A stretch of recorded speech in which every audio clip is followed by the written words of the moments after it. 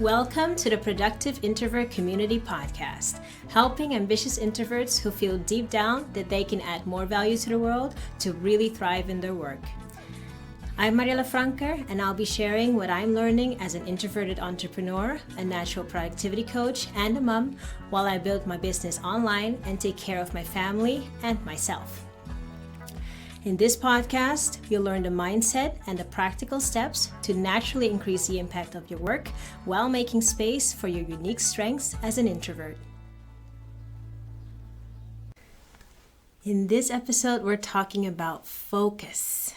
So, focus is something that we probably all have our issues with, okay? If you feel like you're the only one who can't stay focused, who gets distracted all the time, or you just don't know which direction you're going with your work, rest assured you are not alone, okay? Don't worry, because we all have that. I have my issues with focusing too, even as a natural productivity coach. I think it's a normal process of life, basically. And in this episode, we're going to talk a little bit more about that. Why it's not weird that we get distracted all the time, and are there ways that we can improve our focus? Like, is it something that you can train, or are you born with good focus? So first of all, not strange that we're getting distracted all the time, okay? And that we feel like we can't focus. Just look at the life we're living right now. At any given moment, there are probably like 100 different things pulling at your attention. And the number of choice and options that we have today are the most than we've ever had in history from an individual and community standpoint. Like, if we look at just us, you, on a day-to-day basis, probably from all the thoughts in your own head, the wishes, ambitions, fears, doubts that we have, to the challenges of trying to give enough attention to your work and your personal life, all the way down to the messages and notifications that are constantly bombarding us, especially in the online world. It can feel like there's barely any time to actually get some work done or to enjoy life, right? Because we're constantly being like, boop, boop, boop. It's just constant noise. And things are pulling at our attention all the time. And guess what? It's because your attention is valuable. It's something that everybody wants. And when it comes to focus, it's about starting to treat your attention as the valuable thing that it is. So this is a common question that I get from people, or I should say, like a common struggle that people tell me about and that we all struggle with. Things like, I lack focus. I just can't seem to hold my attention on something, or I'm jumping from one thing to the next. I'm all over the place. I want to do work, but then I end up browsing online, or I realize that I've been on social media for like 2 hours. Like, come on, happens all the time, right? And because of it, I'm not making the progress that I want to make. You see, that last part is when it becomes an issue. So first of all, like I said, you're most definitely not alone if you felt any of these things, or if you're dealing with something like that right now. And it's also important to realize that when it comes to focus and distraction, it's something that changes over time as well. And that there are times that we are really attuned to get deep work done, to really get deep into something, and we can do a lot of focused work. And there are also times that we're looking for more stimulation and connection with the outside world. This too has a function, the fact that it switches back and forth, and it can be very useful to discover your phases in this and how to leverage them in the way that you work. I won't go very deep into that right now. We can talk about that in another episode. But I wanted to emphasize these things because I want you to know that there's nothing wrong with you if you notice that you're getting distracted or that you're not doing focused work consistently. So when we talk about focus, it can be used in different contexts. So I want to make a slight distinction here in the way that we talk about focus. So one way the word focus is used is when we talk about direction, about clarity in your work, or in your business, having this clear idea or a vision for what you're trying to achieve on a longer time scale. So for some people, this is very, very clear. Very early on, they have a vivid idea of what they want to do, what they want to achieve, and the direction they want to go in. Sometimes it's talked about in the mission statement, or especially solo entrepreneurs also call it a personal statement or a purpose statement. And it's what you, as an individual or as a company, want to add to the world. And written down in one or two very concise sentences. So for some people, they have this very vivid image of their overall direction, and they have a clear idea quite early on what that looks like. And they just need to figure out the steps of how to get there. But other people don't have that vivid image, and it's a bit more vague. And sometimes when we don't have that very vivid image, we feel like we're lacking somehow. We've learned that we should have something like that before we start somewhere, You should know your purpose or try to find your purpose. But that some people have that detailed image at the start and other people don't. We've come to realize that it has to do with your natural working style and the natural way that you solve problems. So I mentioned this a lot because there are differences between the natural working style. And in general, we only think about one of the styles.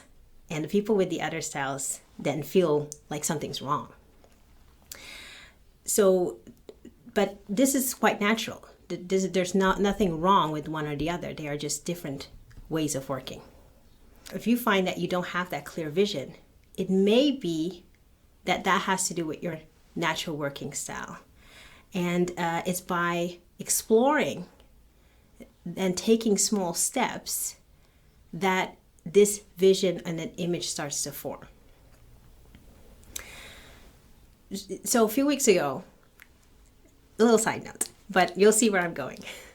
A few weeks ago, we went to my brother's wedding, which was lovely, and it was so nice, so really relaxed and beautiful. And at the party, we were just, very kind of relaxed party as well. And I arranged for a Polaroid camera for the guests to take snapshots and put in the guest book for the couple. And people were doing that all throughout the evening. And as I was watching these Polaroids, I realized it's just like that. First, there are only just a couple of dots there, and you can't really see the full picture. And then over time, the picture becomes clearer and clearer and clearer. And then finally, you have that full image of all these beautiful people laughing and smiling and being happy together.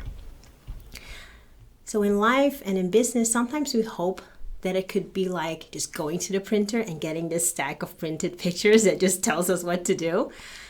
But it's more like that Polaroid where the image doesn't appear until those first dots are connected.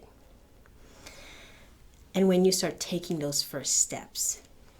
So it can be very counterintuitive around productivity and getting things done because you're like, how can I move if I don't know where I'm going? So if you realize that you really don't have that focus, that clarity yet around your direction, you just need to start taking those small steps because it may be part of your natural working style to explore and to get a couple of those dots in that will lead you to the full picture. So that's one way that the word focus is used. Another way is more on a day-to-day basis. When we start taking those steps, right, to that ultimate goal, you will encounter a lot of distractions. So distractions come in many shapes and forms. We already mentioned a few, like, social media. For a lot of us, it's quite distracting, right? Because there are two things about the online world. It is very noisy and it never sleeps. So especially for introverts who need a lot of quiet time to recharge, interacting in a space that's very noisy and that's always on, it can be very, very draining. And it again makes us feel like we're lacking because we can't keep up with all that hustle and that bustle. Another interesting form that distraction can come in is actually opportunity. So sometimes we think that everything that comes on our path is an opportunity that we should grab. And when we don't grab it, oh, we missed our shot.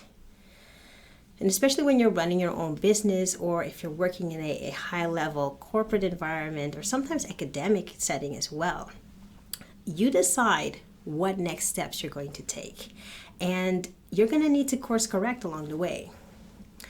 So I recently wrote an email. In my weekly emails, I send 2 emails a week to my community. And in those emails, I talk a bit about what's going on for me at the moment.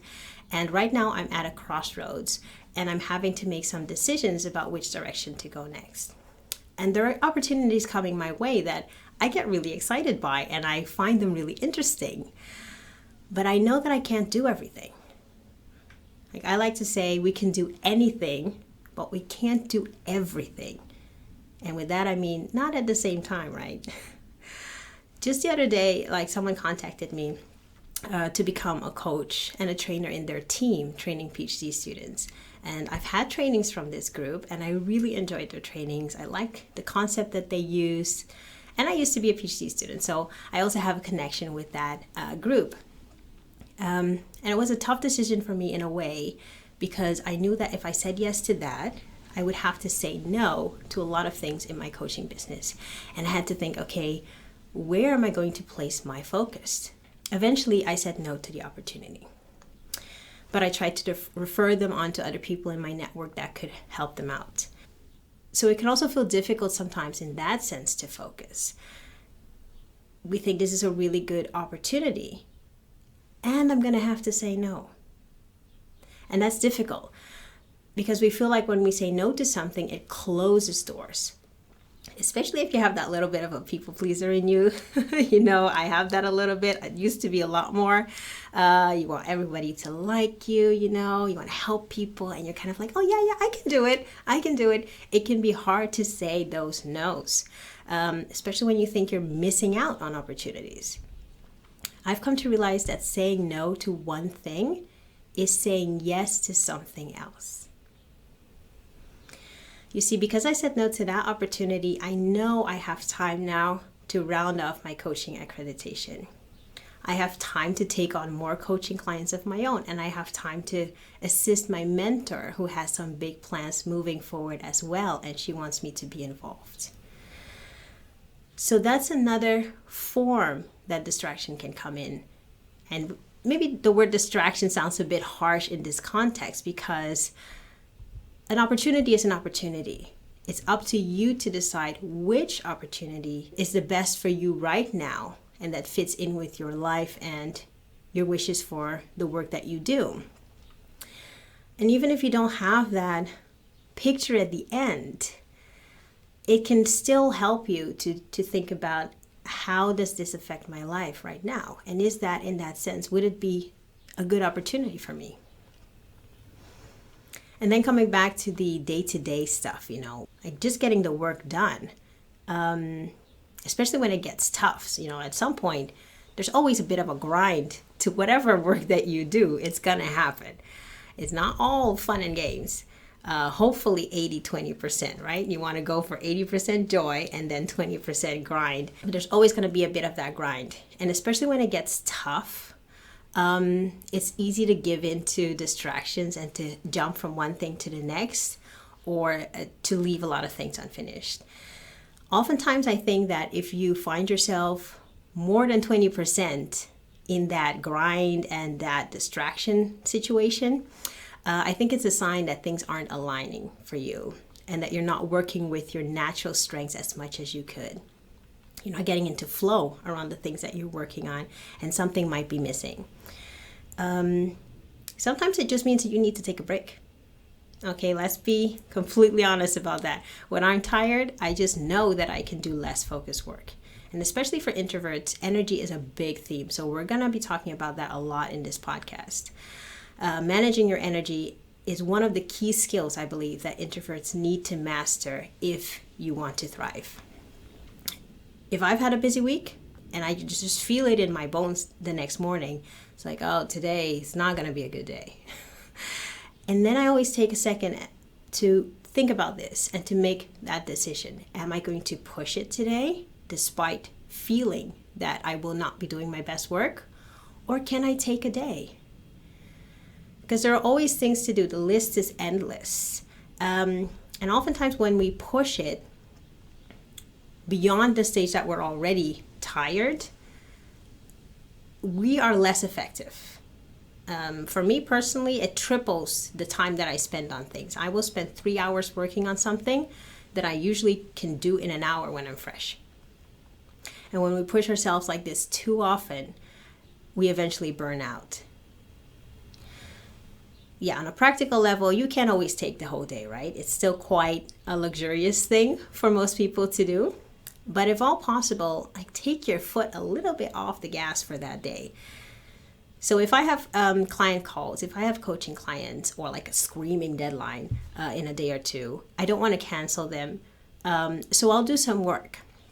But I'll make sure that I have at least half an hour before and half an hour after each appointment to recharge.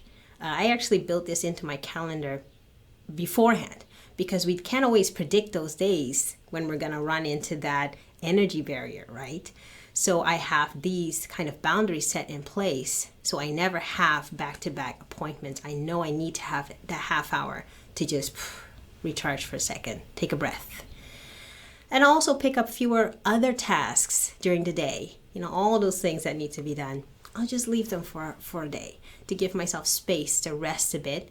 And also to make sure that the energy that I do have, I can give it to my clients in those calls. So there are always choices that you can make about where you place your focus and where you place your attention and the things that can support you along the way, like the boundaries and the habits that you can kind of adopt to help yourself along. So one of the questions for this episode was, can you train focus? So you've probably already gotten a sense of it from the things we already talked about. The short answer is yes. Focus is something that you can train. It's not something that you're born with particularly. Of course, there are genetic factors that play a role. Some people have a personality that is more geared to really focus for long stretches of time. And if you have ADHD or ADD, for example, it can be quite difficult to focus for long stretches of time. But focus, in essence, is a skill. It's something that we can learn. It's something that we can train. But always look for ways that work for you and start where you are. If you know that working for 3 hours on one thing is it feels exhausting and it's unpleasant, then don't do it. Okay, just play around with smaller blocks of time and just explore where maybe your optimal focus conditions and duration are. Focus for you may not look like focus for someone else. So let go of those expectations and explore a little bit what works for you. So there's so many other things that we could get into around focus. And as this is a big struggle for all of us, I'm sure we'll revisit this topic in the future. But I hope this was helpful. If you're enjoying this podcast, I would love it for you to send it to one other person that you think could benefit from this information. Together, I really believe that we can continue to change the limiting stereotype of what an introvert can and cannot do in this world, because what we humans can do is limitless. Thank you for listening to the Productive Introvert Community Podcast. If you're an introverted entrepreneur and you're ready to thrive in your own way, then connect with me on thefrankermessage.com/contact.